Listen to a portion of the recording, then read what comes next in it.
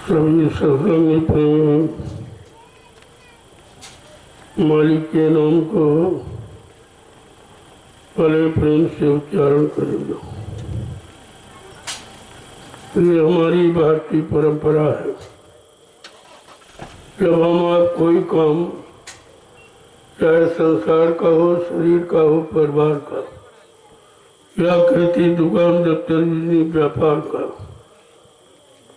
सभी लोग अपने अपने मजहब धर्म के मुताबिक अपने अपने देवी देवता, इष्ट परमात्मा, खुदागार, भगवान, गुरु का नाम लेके ही करते हैं। ये हमारी सनातन परविद्या है। लेकिन आज अंग्रेजी तालीम में लोग भूल गए। परेशानी मुसीबत का कारण यही है। जब भगवान को भूल जाओगे तो वो अगर नजर फेर लेगा तो कुछ नहीं बचेगा। ये हमेशा ध्यान में रखना चाहिए। जय गुरुदेव, जय गुरुदेव, जय गुरुदेव, जय गुरुदेव, जय गुरुदेव, जय गुरुदेव। जय गुरुदेव। नाम किसका?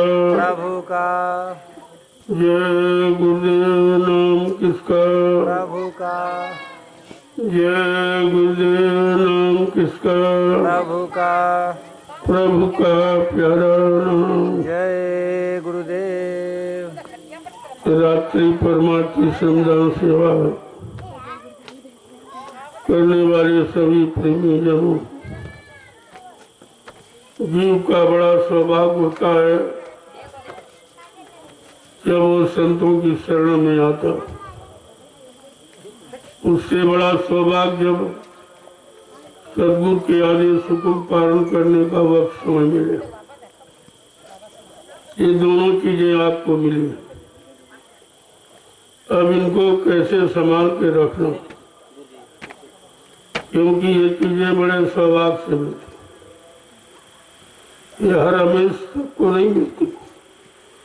कभी कभी किसी अपने जीवन में ऐसा वक्त, ऐसा समय, ऐसी घड़ी मिलती,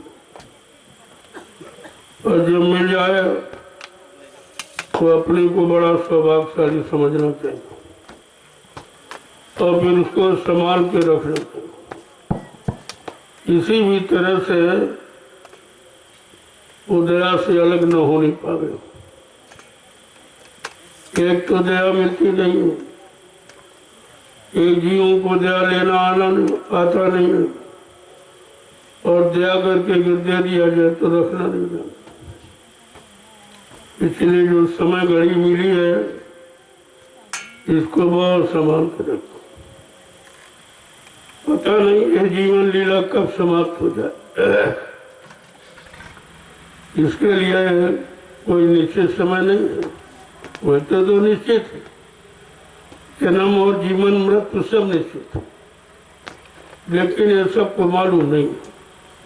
तो महापुरुषों को मालूम है कि आपका जन्म कब होगा, कहाँ होगा, किस स्थिति परिस्थिति में होगा, और कितने दिन वहाँ जीवन जी पाओगे, और कब तुम्हारी मृत्यु हो जाएगी।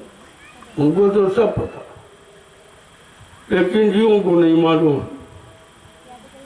इसलिए ये भय और चिंता हमेशा रखनी चाहिए। पता नहीं ये मूलक जीवन कब समाप्त हो जाए और फिर दोबारा मिलेगा नहीं। ये हमेशा नहीं मिलता। कबहू कर करुणा नर देही, देत ईश बिन हेतु चले ही। कभी करुणा निधान कृपा दया, मेहरबानी करके मानो अनमोल शरीर आपको दे दे कि जाओ अब की बार किसी संत महात्मा की तलाश करके अपने घर का रास्ता पूछ लेना। वो रास्ता उन्हीं को मानो, क्योंकि जहाँ की तुम्हारी जीवात्मा रहने वाली है वहीं से संत महापुरुष आते। इसलिए उनको पूरा भेद मालूम। तभी तो जीवात्माओं को जगाने का काम शुरू करते हैं और उसको घर पहुंचाने का वादा करते हैं, क्योंकि उनको जानकारी है कि किधर से जीवात्मा आई और कैसे जाएगी, कौन ले जाएगा, कौन पहुंचाएगा, कौन मिलाएगा, ये उनको सब मालूम है। लेकिन तुमको कुछ नहीं मालूम और तुम्हें विश्वास भी नहीं हो पाता। ये विश्वास की कमी है, श्रद्धा सेवा भाव की कमी, प्रेम प्रतीत की कमी है, जिसके कारण सरल होते हुए भी ना आप समझ पाते हो ना आप ले पाते। इसलिए जब कभी ऐसे अवसर आपको अपने मानव जीवन में मिल जाए, बहुत चौकसी के साथ एक एक वचन को सुना, क्योंकि ये वचन कई किताबों में वर्णित नहीं है। ये 4 वेद 6 7 18 पुराण 19 उपनिषद और 36 ऋचाएं जो धर्म चर्चा वर्णित की गई उनसे बिल्कुल परे है। न वेद कह पाए न पुराण कह पाए। जो महापुरुष कहते हैं उसको कोई कह नहीं पाया और 3 युगों से तो बिल्कुल लोगों ने जाना ही नहीं। ये तो उनकी दया कृपा मेहरबानी हो गई जो उन्होंने कलयुग में ये रास्ता खोल दिया। ये किसी को मालूम नहीं था कि जीवात्मा किस लोक मंडल मुकाम की रहने वाली है और वो कैसे आई, क्यों आई और किसके द्वारा आई और यहाँ कैसे फंस गई या फंसा ली गई। अब वो कैसे निकलेगी, कौन निकालेगा, कौन घर पहुंचाएगा, कौन मालिक से मिलाएगा, इसी जानकारी को देने के लिए महापुरुषों ने सत्संग जारी किया। सत्संग का मतलब यही है, यानी सत्य का संग। भक्ति तो यहाँ झूठ है, ये तो संसार झूठ का है, काल माया की रचना। लेकिन वो सत्संग क्यों जारी किया कि जीवात्मा सत्य, सतलोक सचखंड अनामी धाम की रहने वाली, जब तक उसको सत्य वचन नहीं मिलेंगे तो उसको अपने घर की याद नहीं आएगी। धीरे धीरे धीरे जब सत्संग वचन सुनाए जाएंगे तो इन जीवात्माओं को अपने घर की याद आए कि हमारा घर कहीं और है, हमारा मालिक पिया प्रीतम कहीं और है। अब तो यहाँ परदेश में आके फंस गए, अब हमको यहाँ निकालेगा। धीरे धीरे सत्संग वचनों से ये सब जानकारी उसको हो जाती। जब जानकारी हो जाती है तब अपने घर जाने की बेचैनी होती है, तड़प होती है कि अब हमको अपने घर जाना चाहिए। बहुत युग काल समय निकल गया, यहाँ फंसे, कोई ऐसा नहीं आया जिसने ये दया की होती कि घर का रास्ता बताया होता या हमको घर की तरफ मुखातिब किया होता या घर पहुंचाया होता। ऐसा कोई आया ही नहीं, क्योंकि जितने आए सब गुप्त थे। जो 750 वर्षों में संतों का आगमन हुआ वो गुप्त शक्तियां थी। उनको राज खोलने का, इशारा करने का तो अधिकार था, लेकिन जीवों को घर पहुंचाना, ले जाना ये अधिकार नहीं। इसीलिए तो समृत मालिक को भूमंडल पर आना पड़ा। ऐसे तो जीवात में निकल नहीं पाए। इतने युगों की बहकी भूली भटकी ये इशारे से नहीं समझ पाए। इसको तो पकड़कर जब उधर घुमा के खड़ा किया जाएगा और इसको धीरे धीरे धीरे चला करके इसके घर पहुंचाया जाए। बीच के मंडलों में ठहरने नहीं दिया जाएगा, क्योंकि मृत लोक से ऊपर सारे मंडल अच्छे, तो किसी में फंस जाएगी। इसलिए संतों ने कहा नहीं नहीं दिखाऊंगा, लेकिन रोकूंगा। हर मंडल का परिचय हर मंडल की जानकारी, हर मंडल की सुंदरता, ये सब तुम्हें देखने को मिलेगी, लेकिन ठहरने नहीं दो। क्योंकि ले जाने का वादा किया, घर पहुंचाने का वादा किया, मालिक से मिलाने का वादा किया। ये कार्य बड़ा कठिन है, ये सबकी बस की बात यहाँ नहीं है। यहाँ तो सांसारिक भौतिक जगत की बातें करने वाले लोग हैं, शरीर इंद्रियों में सीमित है। इनको क्या मालूम कि आत्मा क्या है और परमात्मा क्या। केवल चर्चा तो जानी, लेकिन ये नहीं जाना कि परमात्मा कहाँ रहता, आत्मा कहाँ रहती। आत्मा मनुष्य शरीर में, इससे निकल करके कैसे बाहर निकलेगी और कैसे अपने घर की तरफ मुखातिब होगी, ये राज नहीं बना। न ऋषियों को, न मुनियों को, न योगियों को, न महर्षियों को, न ब्रह्मचारियों को, न अवतारी शक्तियों को, न ज्ञानी विज्ञानियों को। ये राज किसी को मालूम नहीं है कि जीवात्मा कहाँ की रहने वाली है, इस शरीरों में कैसे आ गई, अब इस शरीर से वो बाहर कैसे निकाली जाए, घर की तरफ कैसे मुखातिब की जाए, इसको अपने घर मंडल मुकाम कैसे पहुंचाया जाए।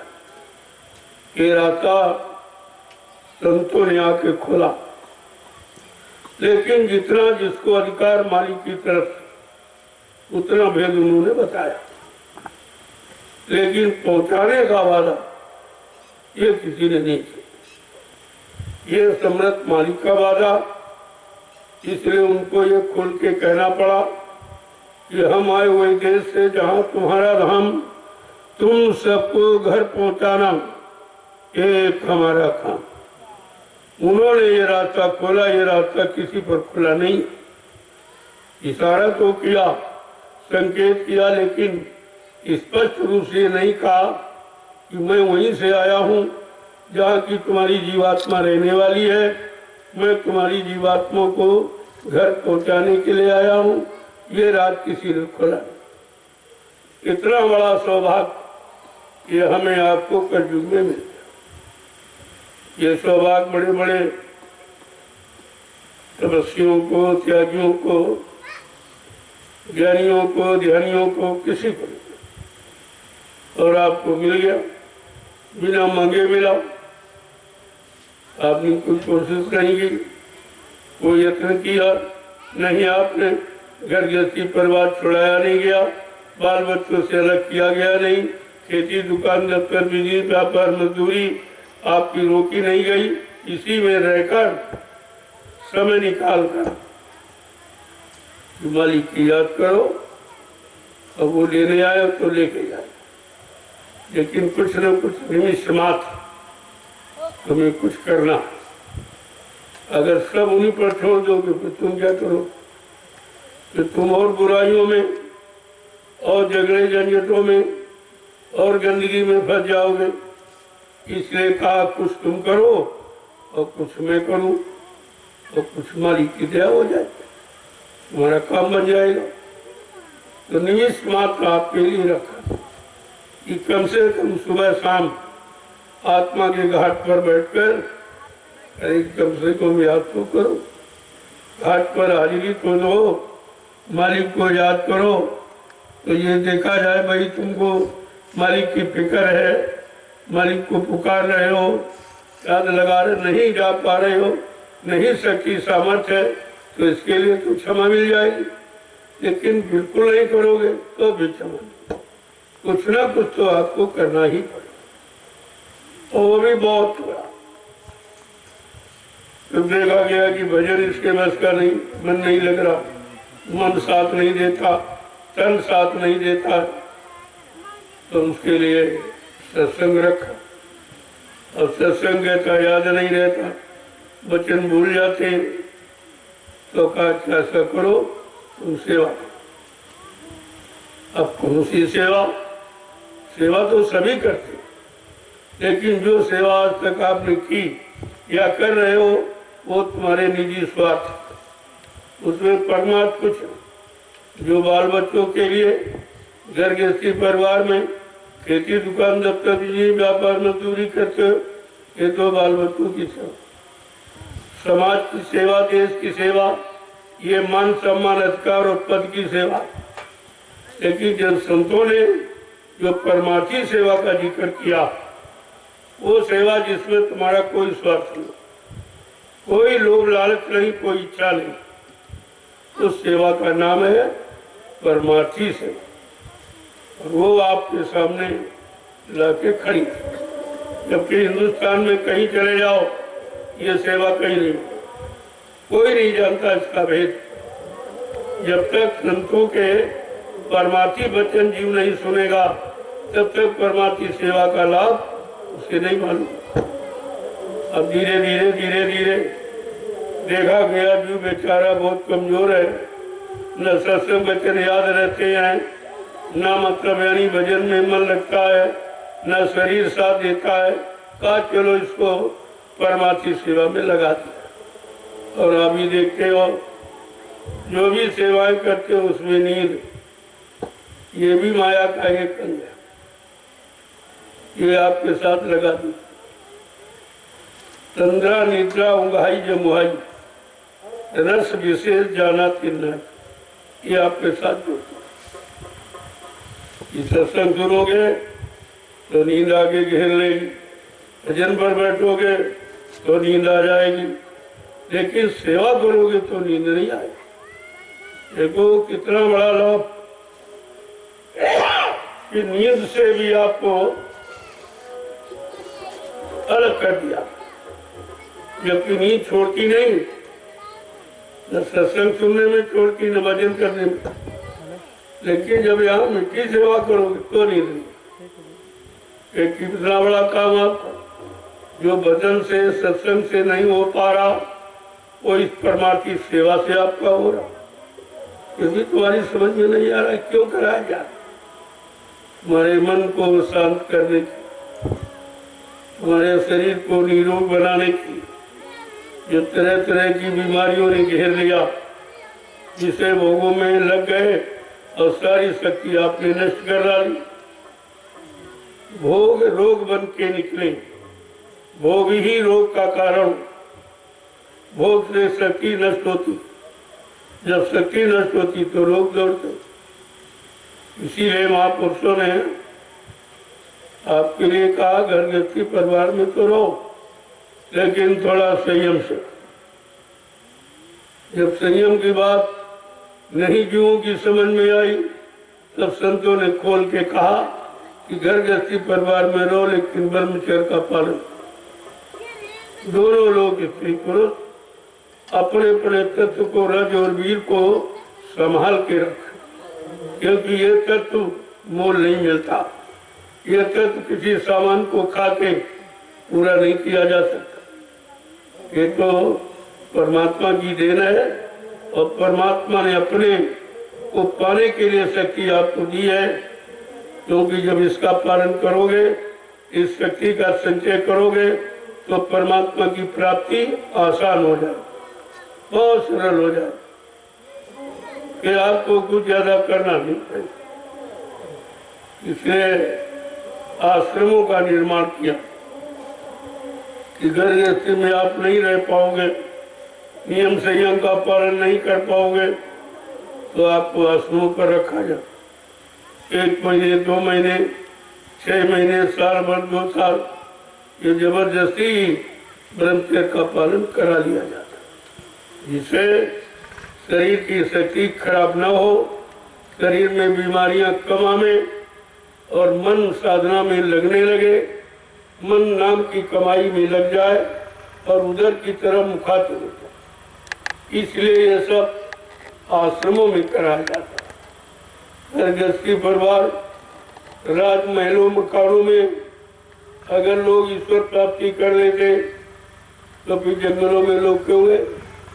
लेकिन जंगलों में तो गए, लेकिन कोई कराने वाला जिसको गुरु कहते वो नहीं मिला। अपने हट से तपस्या करने चले गए, हट से कोई योग करने लगे, हट से कोई साधन करने लगे, उसका लाभ आपको किंचित मात्र भी नहीं मिलेगा।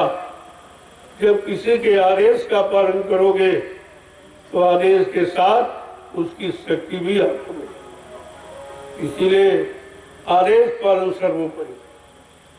तो आदेश पालन आप करते नहीं हो, मनमानी करते हो, जिससे नुकसान समय का हो रहा और मिलने वाला भी कुछ नहीं। ये संत मत है, बिल्कुल न्यारा और अलग, अनोखा।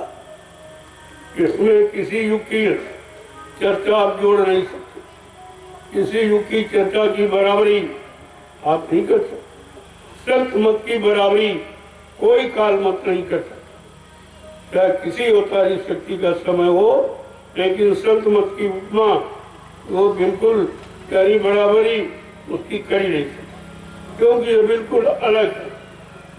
ये स्पेशल दया जीवों के लिए रखी गई। इसलिए उन्होंने 1000 वर्ष का समय निश्चित निर्धारित किया कि मैंने जिनको नाम से जोड़ा है या नामदान जिनको दिया है, नाम दो शब्द रोज पकड़ाई है, जब तक उनको घर नहीं पहुंचा दूंगा तब तक ये बराबर जन्म आपको मिलता रहेगा। 1000 वर्ष का समय रखा गया और कहा अगर सामने कर लो, एक ही बार कर लो तो निकल जाओ, नहीं तो हर बार आपको मानव शरीर मिलता रहेगा। जब तक पूरा नहीं करा लिया जाएगा तब तो वो मानव शरीर देते हैं। और 1000 वर्ष में सारे जीवों को घर पहुंचा देंगे, ये उनका वादा है। ये वादा सृष्टि में किसी ने नहीं किया, किसी ने समय निर्धारित नहीं किया कि इतने समय इतने वर्षों में हम जीवात्माओं को घर पहुंचाएंगे। ऐसा वादा कबीर से लेकर जितने आए किसी ने ये वादा नहीं। नामदान तो दिया लेकिन वादा नहीं किया। और ये भी वादा नामदान देकर ये भी वादा नहीं किया कि जिनको हमने नामदान दिया है जब तक इनकी जीवात्मा को घर नहीं पहुंचा लूंगा मैं इस मानव शरीर को छोड़ के जाने वाला नहीं, चाहे मुझे 400 वर्ष क्यों न रहे। 400 वर्ष क्यों न, इससे ज्यादा भी क्यों का मतलब ये 400 वर्ष निश्चित नहीं, ज्यादा।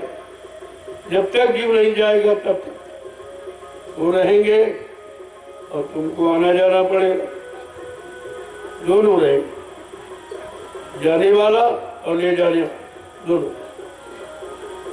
अब तुम्हारे लिए कितना समय दे रहे, इतनी हमदर्दी किसी ने नहीं जताई है कि तुम जब तक नहीं जाओगे तब तक हम क्यों अपना खुशनुमा प्रकाशमय चेतन देश को छोड़ करके इस गलीज गंदगी वाली काल माया के देश में आ गए और ये कह रहे जब तक इन जीवात्माओं को घर नहीं पहुंचा लूंगा मैं शरीर छोड़ के नहीं। उनकी शरीर की कोई उम्र अवधि नहीं है, 100 साल के हो जाएं, 400 वर्ष के हो जाएं, 1000 वर्ष के हो जाएं, उन पर कोई शरीर उम्र का कोई नियम लागू नहीं, क्योंकि अपनी इच्छा से आए हैं और काम करके अपनी इच्छा से ही जाएंगे। न किसी ने उधर से भेजा है न यहाँ से कोई ले जा सकता। इन बातों को बराबर ध्यान में रखना चाहिए।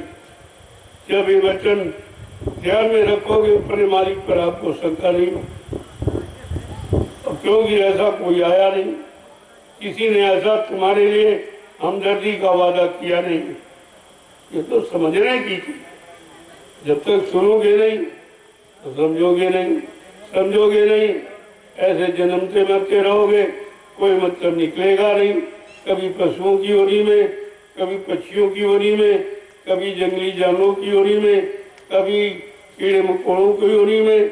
बहुत गंदे पाप कर्म करोगे तो नाली में बदबूदार कीड़ों के अंदर तुम्हारी जीवात्मा को पहुंचा कर ये दिखा दिया जाएगा कि बुरे पाप कर्म का नतीजा ये सब यही दिखा दिया।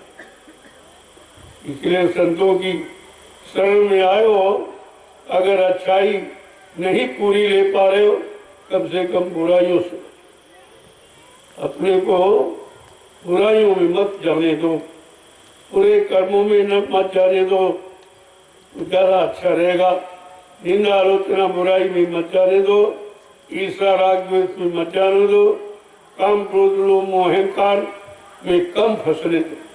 धीरे धीरे निकालने की कोशिश करो, दया हो जाएगी, आप पाप साफ हो जाओ। ऐसा नहीं है कि गंदे जीव ही तो साफ हुए, उन्हीं को साफ किया गया। इनको किसी ने नहीं पकड़ा, उनको पकड़ा।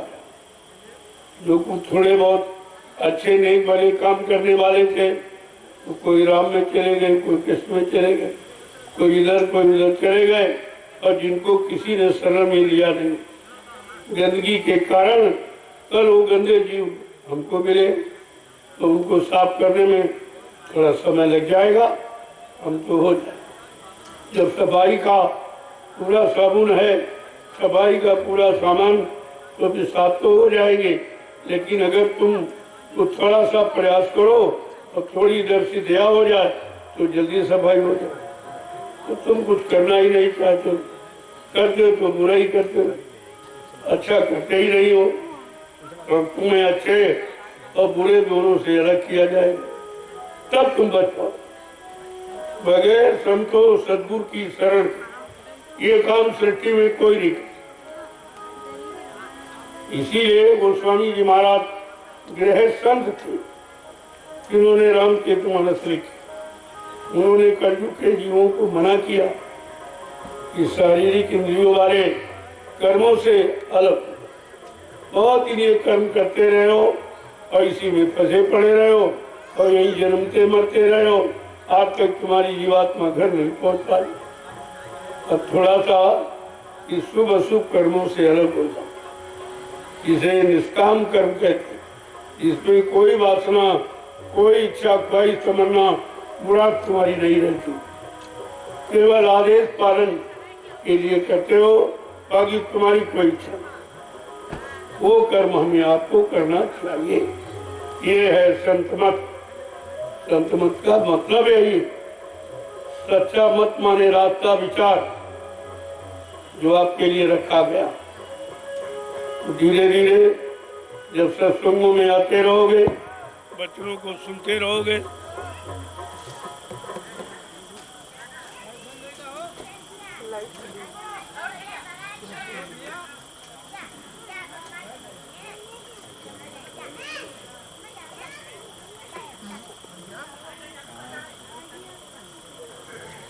अपू जेड चालू करो।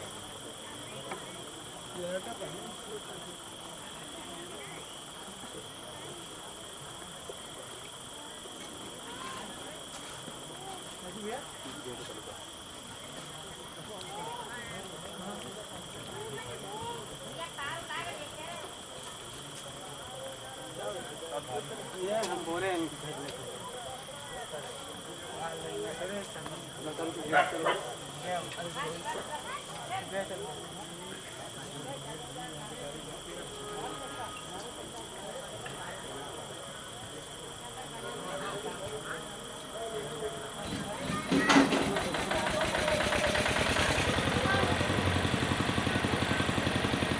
एक के पाव घटाना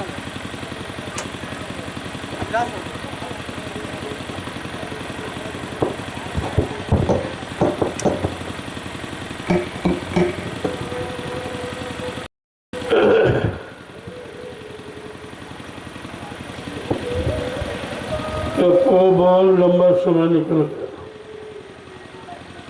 काल माया के देश में फंसे फंसे, काल की व्यवस्था में उलझते उलझते इतने उलझ गए हो, ये उलझन सुलझाना बड़ा मुश्किल। गोस्वामी जी महाराज ने इशारा करके कहा रामचरितमानस कि जड़ चेतन ग्रंथि पड़ गई, यद्यम रखा छूटत कटते।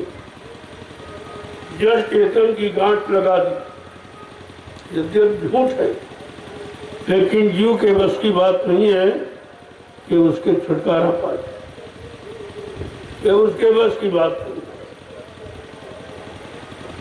अब इस गांठ को कैसे खोलोगे? उसी के लिए तो रास्ता निकाला गया। पहले तन मन को शांत करो, तन मन को भोगो विषयों से अलग करो, शक्ति का संचय करो, तब तुम कुछ कुछ समझ में आ जाएगा।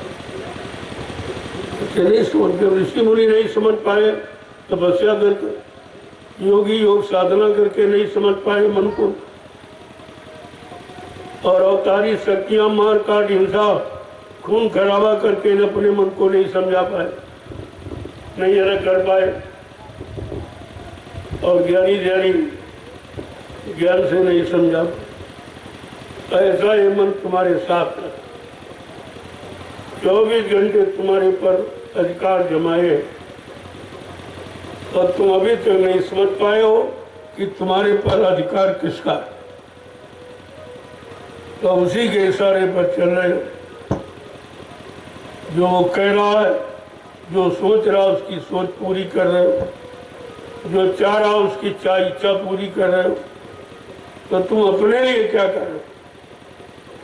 अभी तो मन के लिए, मन की वासनाओं को पूरा करने के लिए, इच्छाओं को पूरा करने के लिए रात दिन लगे। ये बताओ तुम अपना काम कब करो? अभी तुम्हारी समझ में यही नहीं आया कि अपना क्या, जो मन सोच रहा, जो मन करा रहा, जो तुम कर रहे हो उसी को अपना समझते, जबकि ये अपना सब सपना एक दिन सब खत्म हो जाएगा। क्योंकि शरीर इंद्रियों से जो भी काम आपने जोड़ा, जब शरीर नाशवान है तो इंद्रियां भी नाशवान, ये सब ना, ये साथ जाने वाला शरीर ही नहीं, इसके लिए रात दिन तुम प्रयास करते, खिलाना पिलाना सजाना, इसी के चक्कर में पूरा जीवन चला जाता। और ये नहीं समझ पाए ये तुम्हारा है नहीं, पराये सामान को अपना सामान करना और पराये को सजाना, या सजाने से वो तुम्हारा हो जाएगा या तुम्हारे अनुसार उसका समय निश्चित हो जाएगा, ये कुछ ये अगर समझ में आ जाए तो समझ लो आपने सत्संग वचनों को कुछ समझने की कोशिश अभी की। पूरा तो नहीं समझ पाए हो, लेकिन ये तो कोई कर ही नहीं रहा।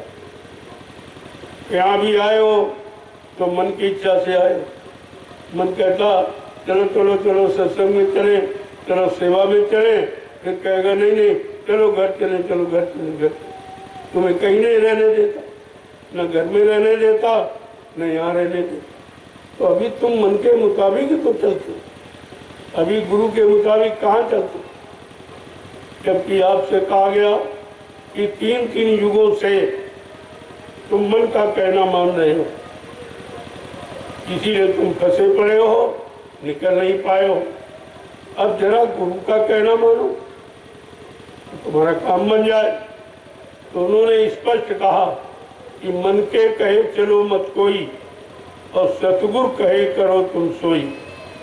अब वो काम करो जो सतगुरु, सत माने ईश्वर, जो ईश्वर का भी गुरु और ब्रह्म का गुरु, पार ब्रह्म का गुरु, महाकाल का गुरु, उसको कहते सतगुरु।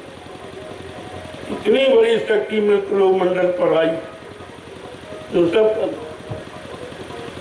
जो काम ईश्वर ब्रह्म पार ब्रह्म नहीं कर पाया, वो काम करने के लिए आए हैं। इसलिए ये सब, अगर इनका कहना आप मान लो तो आपका काम सरल हो जाएगा।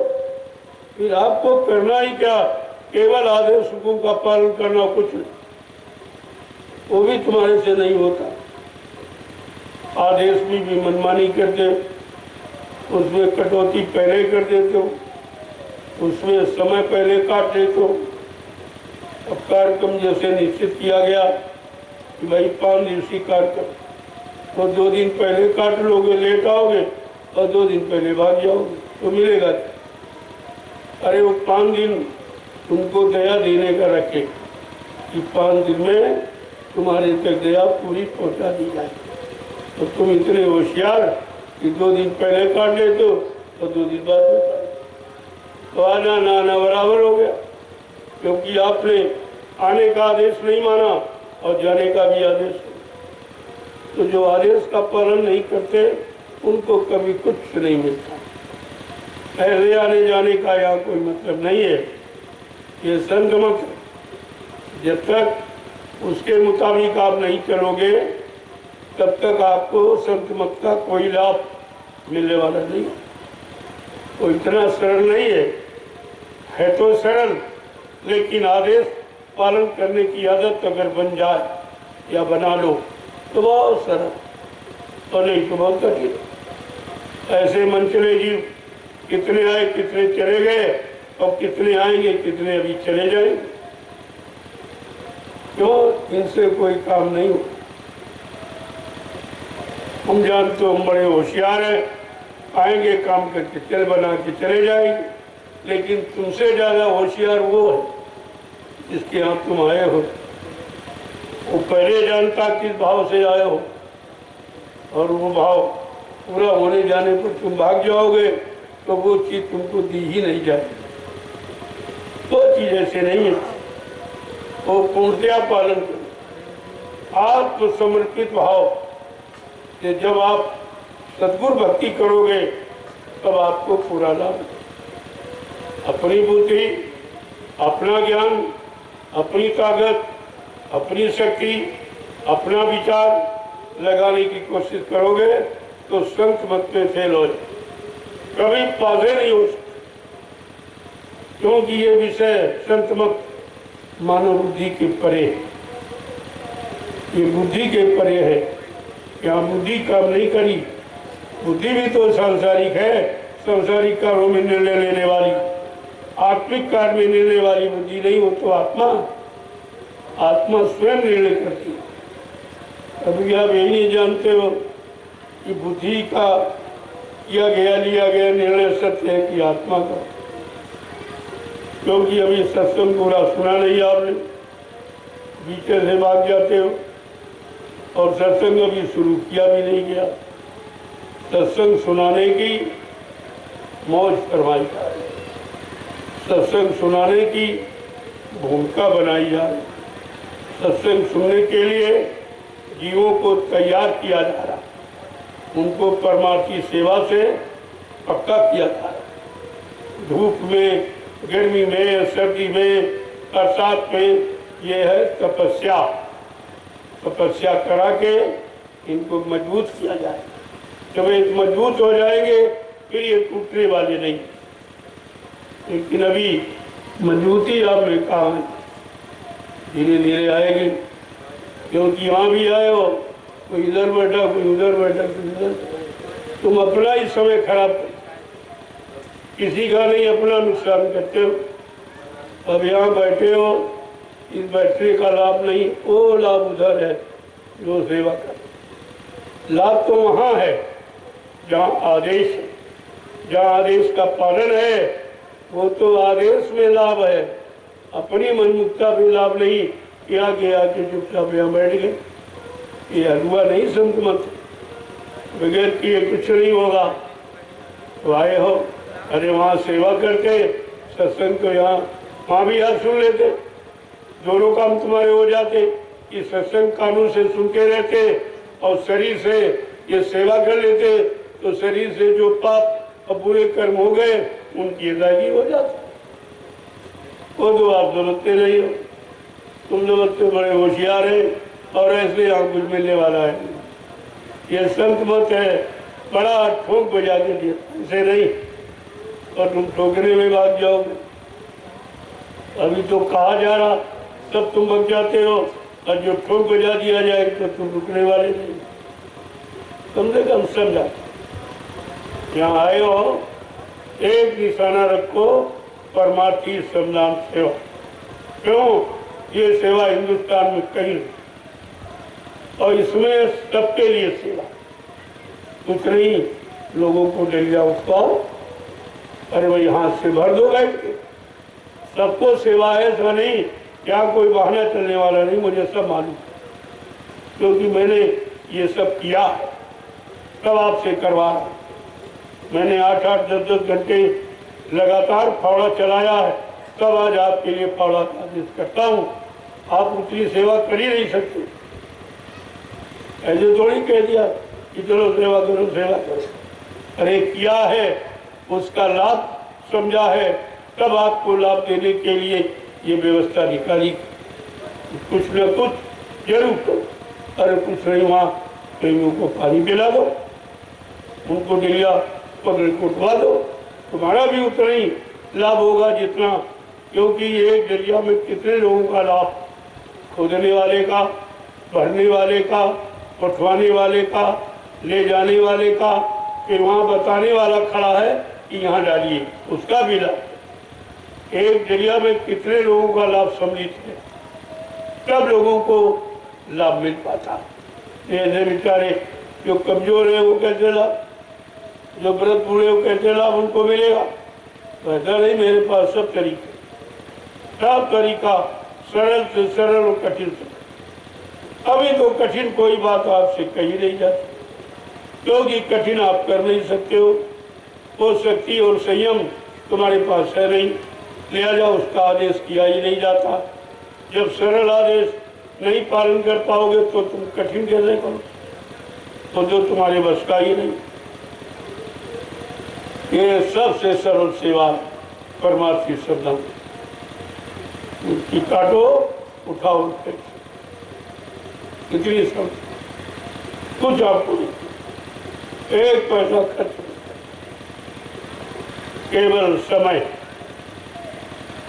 श्रम और समय आपको, क्योंकि श्रम और समय तुमने गंदे और गलीज कामों में लगाया है, जिससे वो गंदगी तैयार हो गई, जिसे कर्मों की गंदगी कहते हैं, जिसके कारण की बातों को निकलने और काल माया के देर से जाने में देर लगती। देर इसी बात, उसकी देरी खत्म हो जाए, उसका बोझा उतर जाए और धीरे से बने घर को चले। इससे सरल कोई रास्ता नहीं, कोई रास्ता सरल,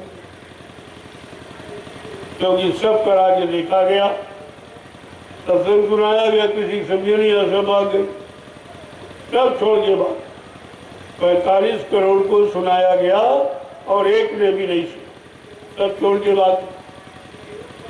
तो कहा वचन समझ में किसी की आए, अब अगर कुछ इनको दे दिया जाता तब तो बहुत बड़ा अहंकार आ जाता। जब कुछ नहीं दिया गया, बगैर दिए ही भाग गए, बगैर भगाए भाग गए, बगैर नुकसान किए भाग गए।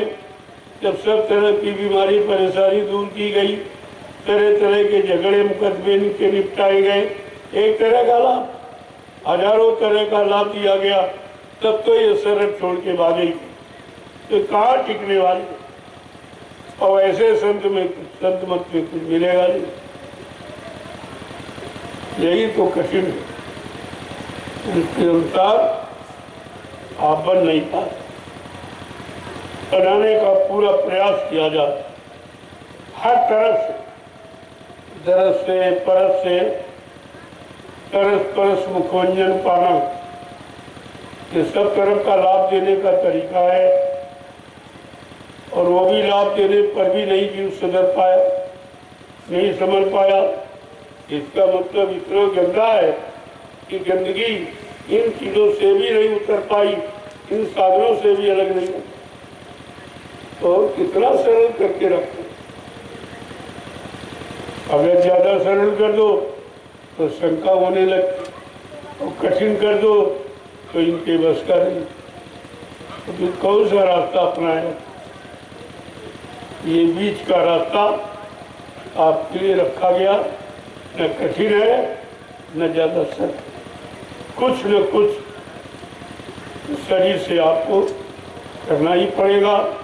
तो कुछ आपने अच्छा बुरा पाप और शरीर से ही तो की, इसलिए शरीर को परमार्थी सेवा में लगाकर, इस सेवा के करने में तुम्हारा कोई निजी स्वार्थ नहीं है, लोग लालच नहीं। एक तो आप सेवा करोगे, वो तो लाभ आपको मिल ही रहा, तमाम तरह की बीमारियां आपके शरीर से हट रही, जितना पसीना निकलेगा उतना खून साफ हो जाएगा, जितना खून साफ हो जाएगा उतनी बीमारी करेगा। देखो कितना सरल तरीका, न दवा खानी न डॉक्टर के यहाँ जाना, न कोई पैसा फीस किसी को देना, न दवा खानी, और काम उससे 1000 गुना ज्यादा हो। जब डॉक्टर के पास जाओ तो कहता भाई सुबह 100 कदम 200 कदम या 1 किलोमीटर आधा किलोमीटर तुम टहला करो, और यहाँ तुम इस सेवा में 10 किलोमीटर रोज चल जाते हो। ये बात तुम्हारी समझ नहीं है कि डॉक्टर ने तुम्हारा उपचार चलना, मतलब चलने से तुम्हारी बीमारी जाएगी, और तुम यहाँ 10 किलोमीटर ये मिट्टी की सेवा में तय करते हो रोज, कैसे बीमारी रहेगी? धीरे धीरे सब चली जाएगी, सब परेशानी दूर हो जाएगी। जितना पसीना निकलेगा उतना खून रिफाइन होगा, साफ होगा आपका पाक। ये सब लाभ ही लाभ। इस सेवा से शारीरिक लाभ और सेवा से जो व्यवस्था बनेगी, जिससे यहाँ पर लाखों लोग भविष्य में आएंगे, सत्संग सुनेंगे, भजन करेंगे, सेवा करेंगे, ये भी लाभ तुम्हारे खाते में आएगा, क्योंकि ये व्यवस्था उन जीवों के लिए तुमने बनाई। तुम्हारे शारीरिक श्रम और गाड़ी कमाई से सेवा, जो आप हमारे हाथ में तो मांगता नहीं, मैंने कभी नहीं कहा कि हम कोई हम क्या कहें। जो आप बड़ी इच्छा से सेवा भाव श्रद्धा से देते हो, उसी से सब जमीन खरीद, जितनी आप देख रहे हो ये तुम्हारी गाड़ी कमाई से खरीदी गई। आपकी धन की सेवा लगी है, पितृ की सेवा इसके सुधार में लगी है। और यहाँ जब प्रेमी आएंगे, सत्संग सुनेंगे, सेवा करेंगे, भजन करेंगे, ये है परमार्थी लाभ। ये भी तुम्हारे खाते में है, एक तरह का नहीं। इतना बड़ा लाभ किसी सेवा से कोई नहीं दे सकता। सारी दौलत लोगों ने दान में दे दी, लेकिन ये लाभ किसी को नहीं मिला। जो लाभ एक छोटी चीज, कोई 1 रुपया दे रहा, कोई 10 रुपया, कोई 20-25-100, जिसके पास ये चीज करता आपने दिया है, मैंने उसी तुम्हारी गाड़ी कमाई से ये सारी जमीन आपका एक एक पैसा तुम्हारे सामने लगाओ। मैं क्या करूँगा? मेरे तो कोई भी बच्चा है नहीं कि जिसके लिए मैं मतलब यानी इकट्ठा करूँगा, संचय करूँगा, कि आपसे झूठ बोलूँगा, बेईमानी करूँगा। मुझे क्या जरूरत? तुम्हारी जरूरत को जानता हूँ कि तुमको क्या जरूरत है। तुम अपनी जरूरत नहीं जानते हो, तुम्हारी जरूरत के लिए ये व्यवस्था करता। और कितनी जल्दी हुआ।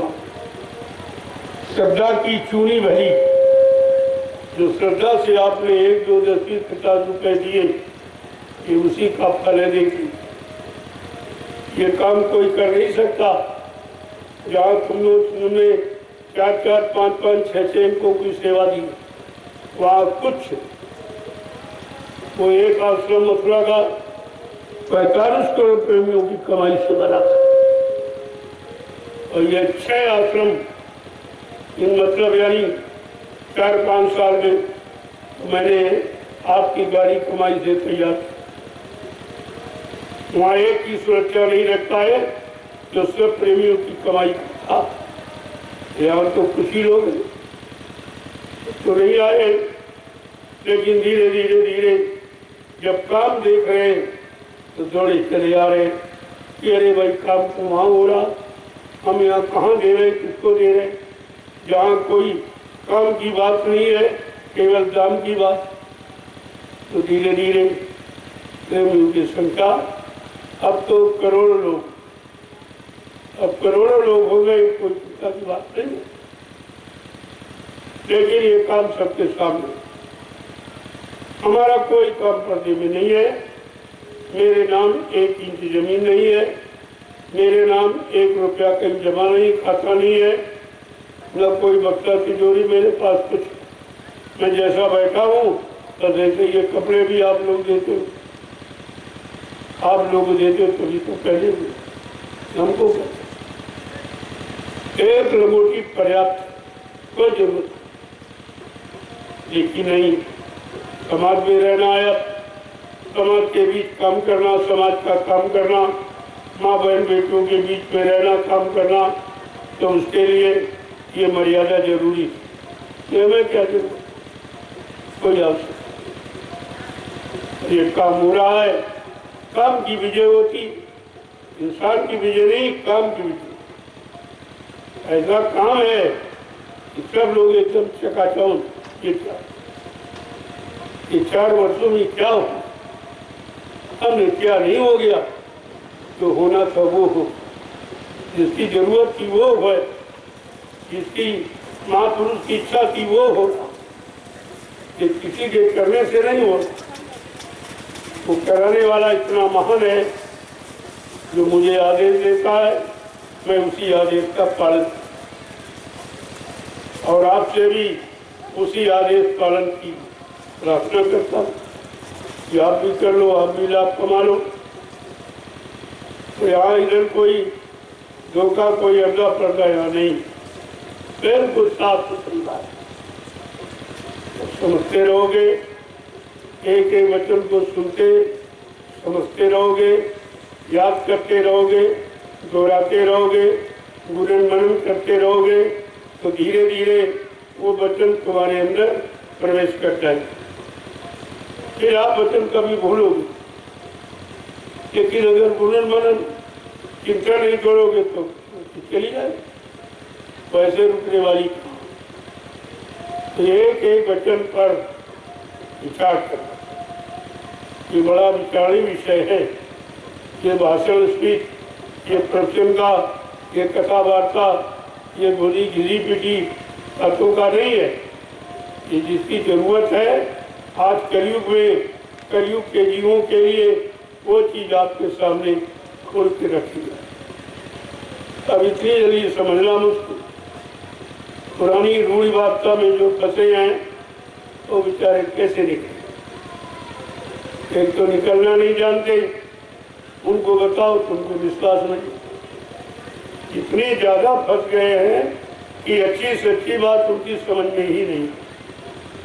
फिर या योग कर लीजिए, इनकी किस्मत में, इनके भाग्य में नहीं है, क्योंकि ये तो बड़े भाग्यशाली को वचन मिलते, ये उनका काम होता तो बड़े भाग्यशाली है। जिनको सब किसी किताबें दोहराने वाले, जो समय निकल गया उसको सुनाते, अरे जो समय निकल गया वो वापिस आएगा ही, तो उसके सुनने सुनाने का लाभ था। जो समय आएगा नहीं, समय का लाभ मिलेगा नहीं, तो उसको उससे समय की चर्चा को सुना और सुनाना किस काम। लेकिन ये मानते नहीं, इतने आठी हैं कि गोस्वामी महाराज को लिखना पड़ा, जड़ चेतन ग्रंथ पड़े, यज्ञ मखा छूटत आए, जड़ चेतन की गांठ ऐसी लगा दी है तो झूठ, लेकिन जीव के बस की बात नहीं कि स्वतः खोल। और कहते कि स्वयं ग्रंथ पाए जो कोई, तब या जीव के कारत हो। जब किसी को जड़ चेतन की गांठ खुलने का रास्ता जुक्ति मिल जाए तो बड़ा बात, लेकिन जब मिल जाएगी तब भी काल माया को चिंता होती कि हमारे गांठ के बंधन से अलग हो जाएगा, धीरे धीरे सब छुटकारा पा जाएंगे, तो मेरे यहाँ रहेगा कौन, मेरा राज चलेगा कैसे, तो उसको तो बहुत चिंता है। तो कहते कि चोरन ग्रंथ जारी खगड़ाया और विघ्न अनेक करे तब माया। अगर जब चेतन की गांठ खुलने की युक्ति किसी महापुरुष से मिल गई तो काल माया को चिंता हो जाए, तमाम तरह की विघ्न बाधाएं डाले कि किसी तरह से हमारे गठबंधन से ये अलग न होने, नहीं तो मेरा राज समाप्त हो जाए। उसको भी चिंता कर रही है, लेकिन यही बात है, इतनी ज्यादा चिंता काल को जीवों को भटकाने की है, उससे करोड़ों गुना ज्यादा चिंता दयाल को अपने जीवों को निकालने की है। काल और दयाल की होड़ लगे। अब आपको ये सोचना है तुम काल की पारी में खड़े हो कि दयाल की पारी में। कहीं अभी तक विचार नहीं कर पाए तुम खड़े कहाँ हो? तुम जाने की तैयारी में हो कि यहाँ रहने की तैयारी में हो? तुम निकलने की तैयारी में हो कि फंसने की तैयारी में हो? अपने घर जाने की तैयारी में हो कि काल माया देश के रहने की तैयारी? कहा तुम्हारी समझ? तो इतना तब कहा बहुरी काल करिए सत्संगा, कबे होए संशय सब भंगा। बहुत समय तक जब सत्संग करोगे, सुनो सुनाओ पढ़ो पढ़ाओ नहीं करो, जब करोगे तो करनी का लाभ, करनी का अनुभव, जो सच्चा सत्य होता, सच्चा होता वो आपके पास है। इसलिए सुनो कम गुनो ज्यादा, सुनो ज्यादा, चिंतन ज्यादा करो ताकि एक एक वचन तुम्हारी समझ में पक्का। फिर तुम्हें कोई हटा नहीं सकता, कोई अलग नहीं कर सकता। दुनिया की सारी ताकत एक तरफ हो जाएगी और बच्चों की ताकत एक ही। सत्य आपने सच्चाई से बच्चों को समझा और पकड़ा है, अपने जीवन में उतारा। ये सब काम आपको समझदारी के साथ तो प्रेमी वो सेवा भी कर रहे हो, वचन भी दोनों लाभ, क्योंकि वचन तो कानों से सुनोगे, हाथ पैर तो खाली नहीं। और आपने पाप पूरे कर्म हाथ शरीर से, तो शरीर में से शरीर से सेवा करके इसको मांझो। ये मिट्टी 88,000 ऋषियों की तपोभूमि, इस मिट्टी से ये शरीर में कर्मों की गंदगी जो लगी इसको साफ करो। जब साफ हो जाएगी तो तन मन ये सब तुम्हारा स्वच्छ साफ निर्मल सब कुछ होगा। गोस्वामी महाराज ने यही तो लिखा कि हमको पाएगा कौन?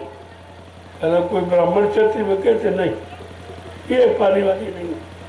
कोई मंदिर बनाना, कोई यज्ञ करवाना, सामग्री फूकना, झूठा संदेश किताबों में लिखा दिया उससे कहना इससे कुछ नहीं, इससे कुछ होने वाला नहीं। तो रामचरितमानस कहती क्या कि निर्मल मन जल सो मोहि पावे और मोह छल छिद्र कपट नहीं वहां। बड़ा साधु, कोई खर्चा नहीं, कोई दान नहीं, कोई दक्षिणा नहीं, कुछ। कहा अपने मन को निर्मल पाक साफ पवित्र करो। जब तुम्हारा मन निर्मल पाक साफ पवित्र हो जाएगा तो मेरा वास तुम्हारे अंदर हो जाएगा। मैं कोई रुपए पैसे थे कोई खरीद थोड़ी सकता हूँ।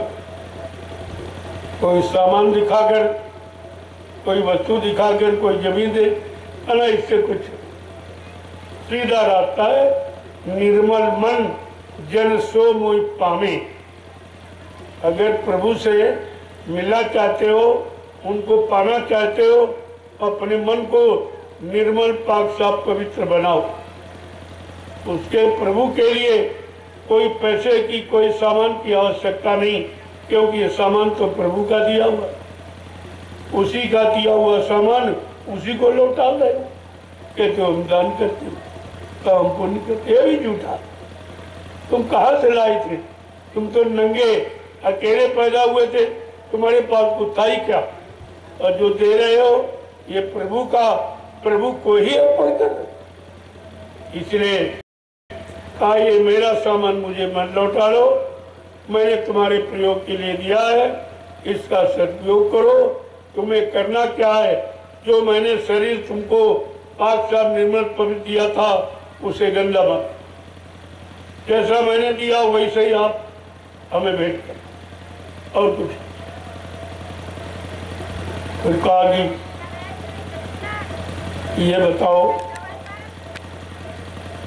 कि मेरा वास किसके हृदय में?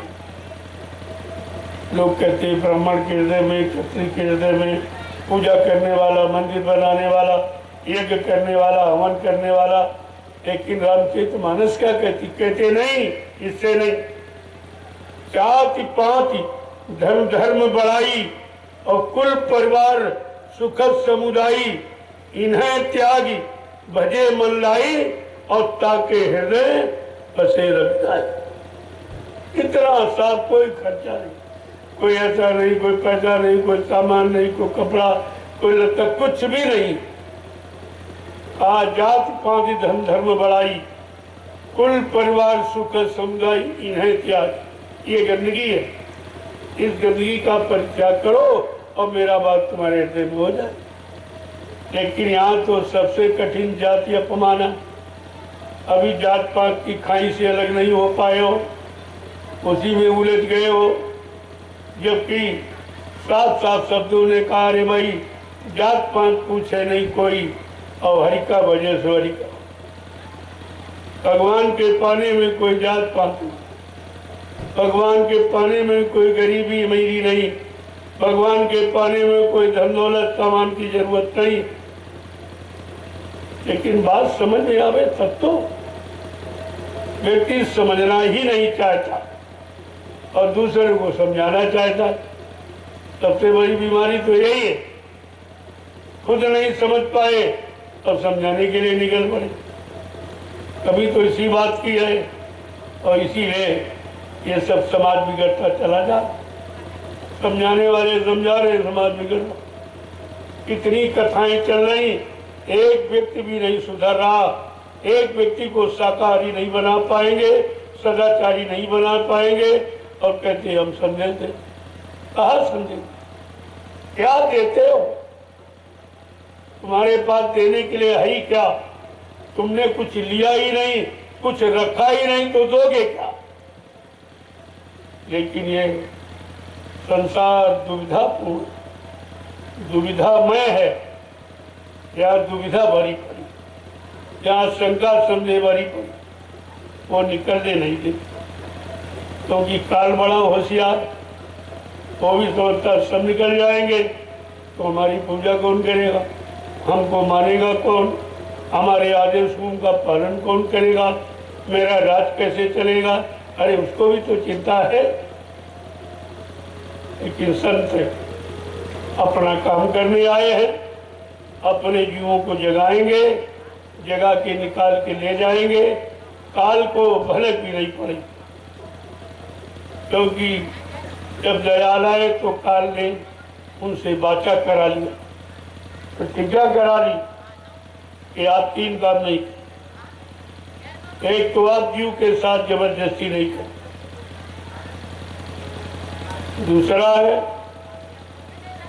पिछले जन्म की याद नहीं कराएंगे, ये हमारा कर्म कर्जा नहीं देगा।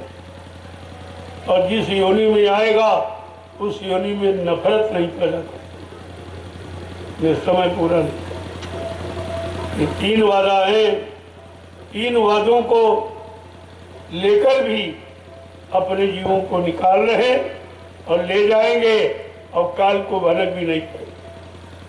वो नहीं समझ पाएगा कि संतों की महिमा, ये संतों की रीति नीति क्या है। ये तो अभी आए थे इसी कलयुग में 750 वर्ष, नानक जी आए, पलटू आए, रविदास, मीरा, सैजोबाई, कबीरदास, इन सब हजारों संत आए और सबने एक ही रास्ता बताया।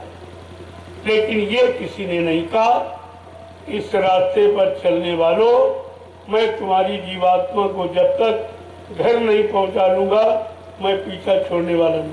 ये किसी ने, ये समर्थ मालिक का वादा, किसी का वादा। यही बात तो समझने की। जय गुरुदेव, जय गुरुदेव,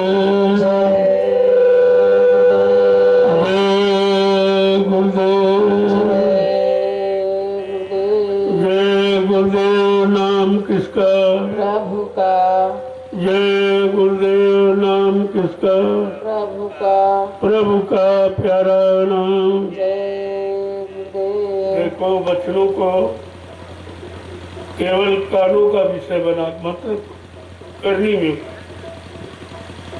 कान तो अच्छा बुरा सब सुन लेते, उनकी तो आदत स्वभाव। आंख अच्छा बुरा सब देख लेती, उसका स्वभाव।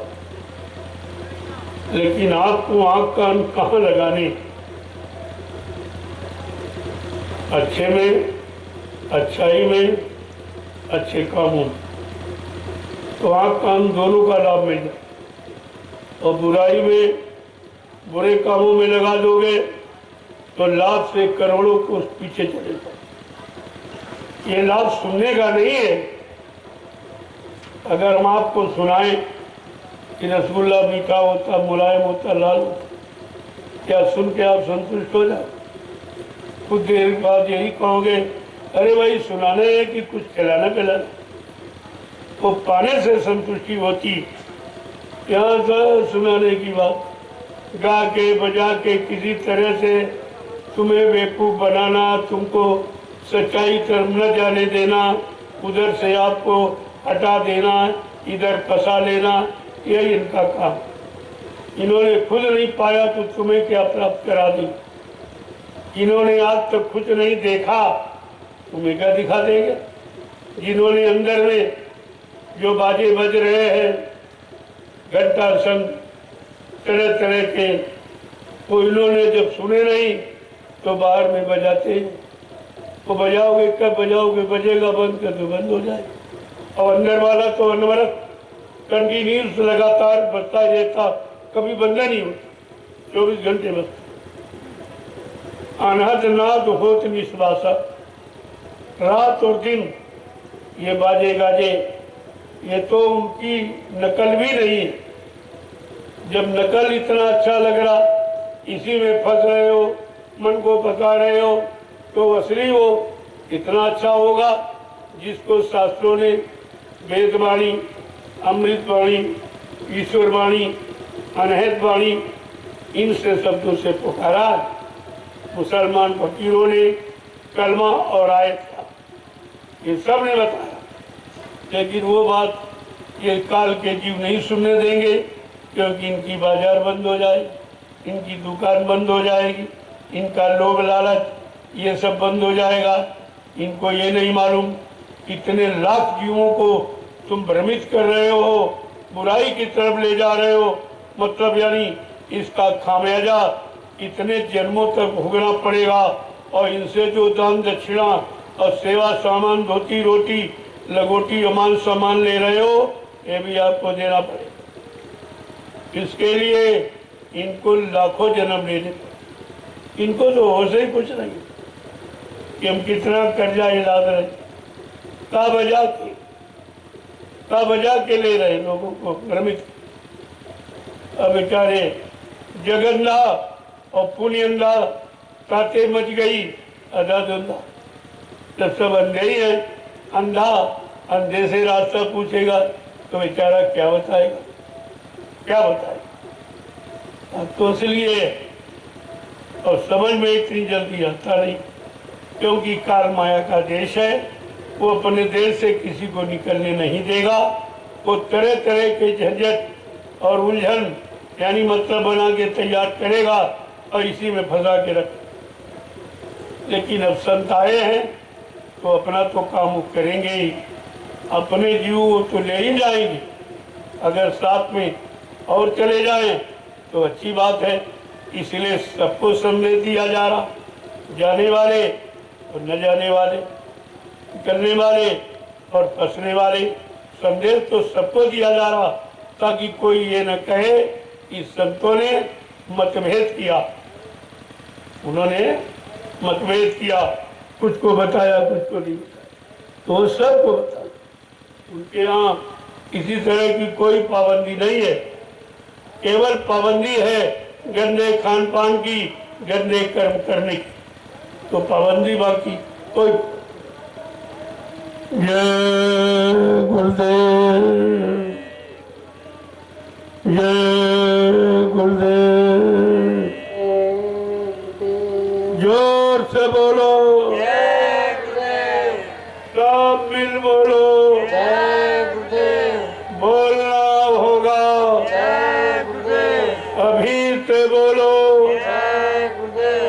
दर्द हरेंगे, सब कष्ट मिटेंगे, सुख शांति भी देंगे, सबके दाता,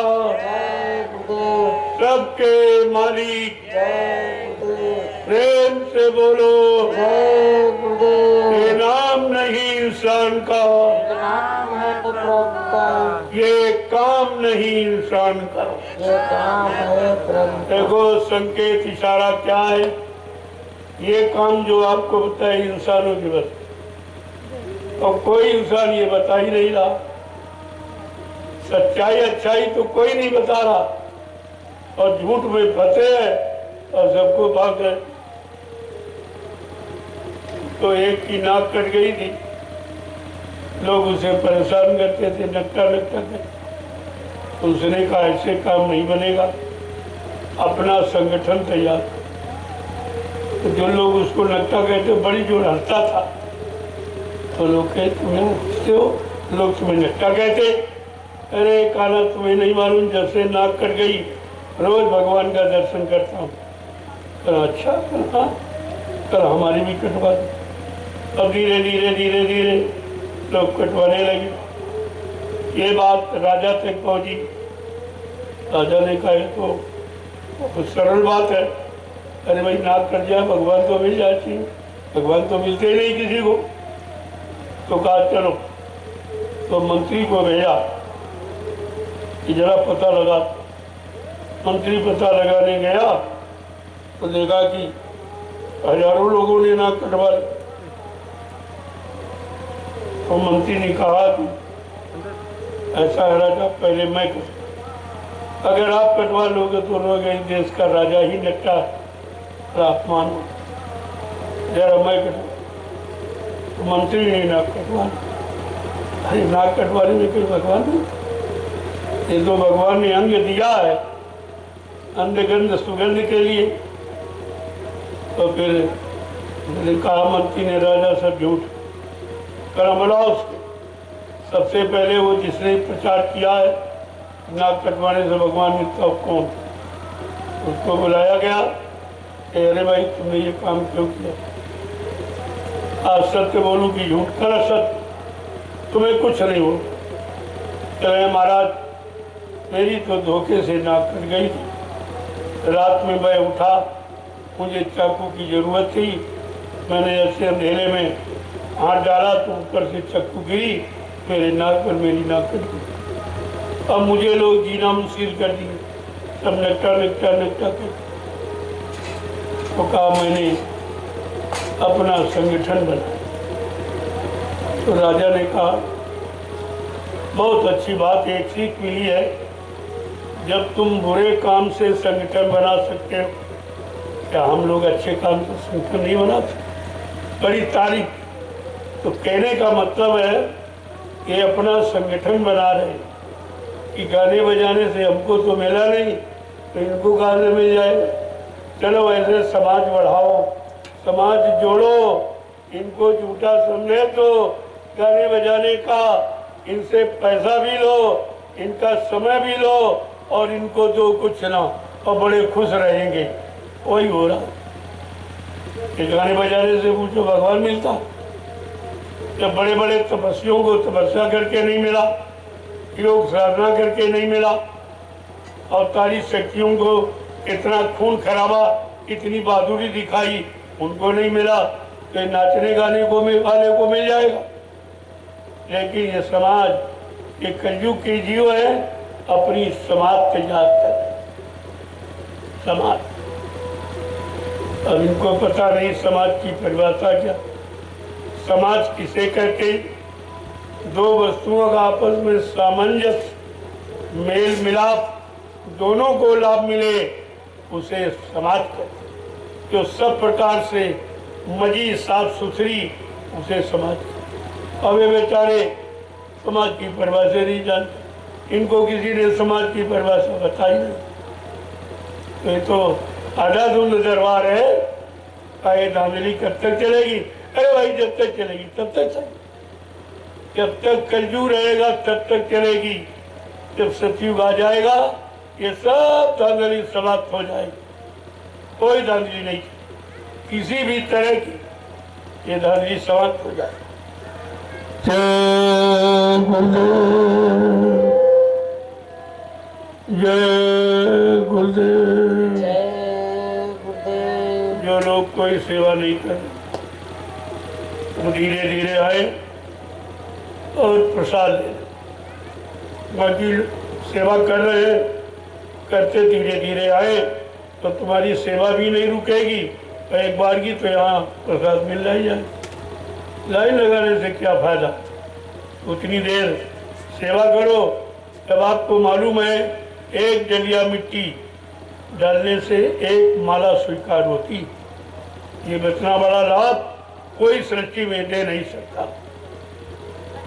तो लाभ आपके पास है, तो उतनी देर 10-5 डलिया डालोगे, यहाँ लाइन लगा खड़े से क्या मतलब निकले। दो लोग बैठे हैं, कोई सेवा नहीं कर रहे, वो आकर के धीरे धीरे प्रसाद ले रहे हैं, और इसके बाद प्रेमी धीरे धीरे आते रहे, प्रसाद लेते रहे, आपकी सेवा भी नहीं बंद होगी और प्रसाद भी आपको मिल जाए, वो तो लाभ आपको मिलेगा ही।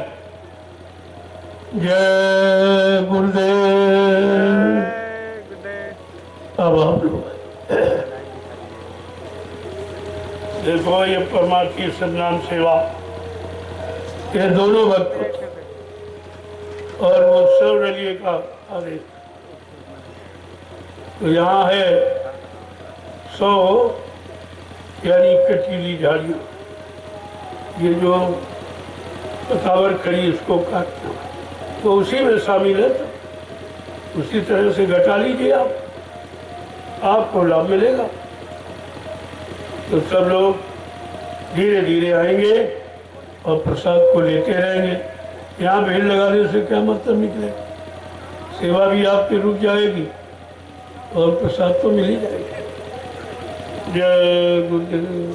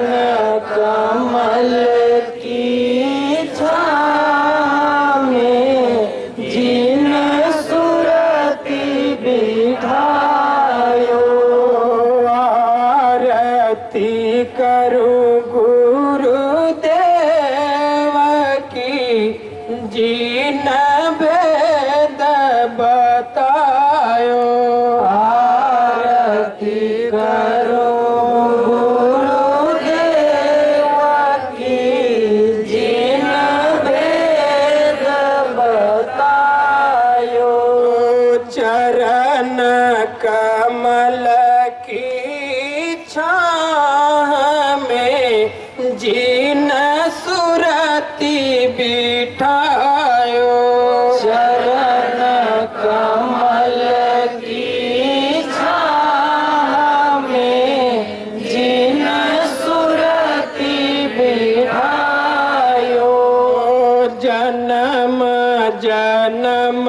के पाप को जीन दूर हटायो। जन्म जन्म के पाप को जीन दूर हटायो।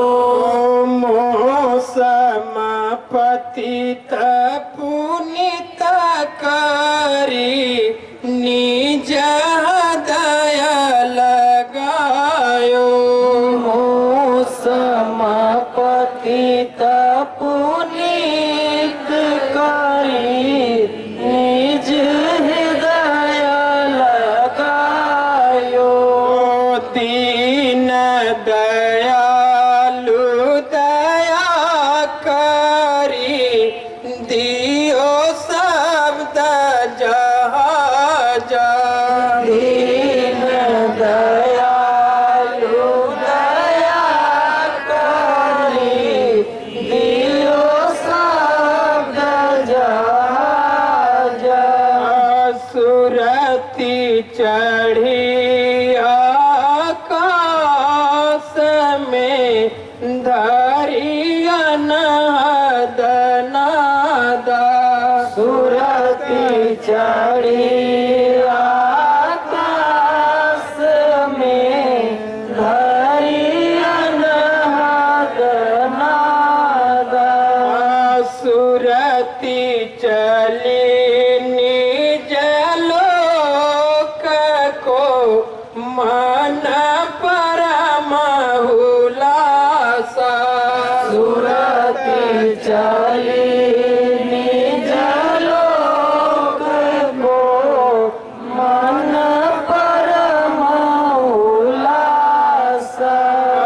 सतगुरु मिल गए राह में ले परम प्रकाशा। सतगुरु मिल गए राह में ले परम प्रकाशा। अभिनंदन निज लोक में कर किन्नर देवा। अभिनंदन निज लोक में कर किन्नर देवा। भाग्य सराय सुरति कर लावे बहु सेवा। भाग्य सराय सुरति कर लावे बहु सेवा।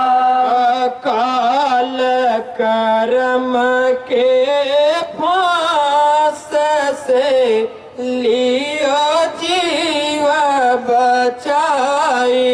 काल कर्म के फांस से लियो जीव बचाई।